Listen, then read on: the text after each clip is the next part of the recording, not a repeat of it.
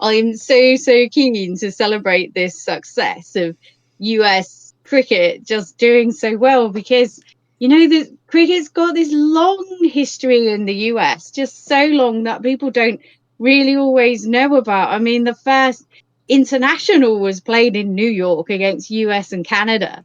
And then there was a time, and I think it was you were telling me this, where it was baseball, which was actually jealous of cricket because cricket was doing so well to begin with, but they didn't quite embrace all of the different cultural groups in the US. They kind of kept it a bit to themselves, whereas the US was baseball was a lot more open.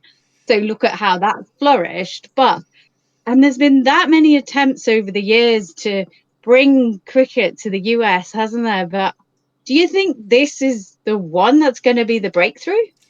So I think it will, but I think it's going to be what is done with it.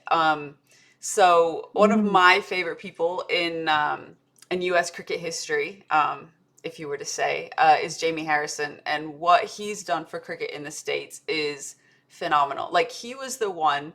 So if you think about it, at the time he was a history teacher, and so he, took his kids out on a field trip, and they went to this historical place in Maryland, and they were reenacting a cricket match, and he was just like, love that. this is fascinating.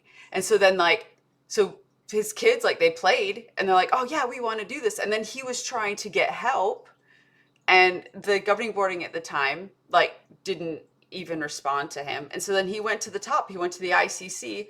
They did nothing, and he's like, well, I guess I'm going to do something.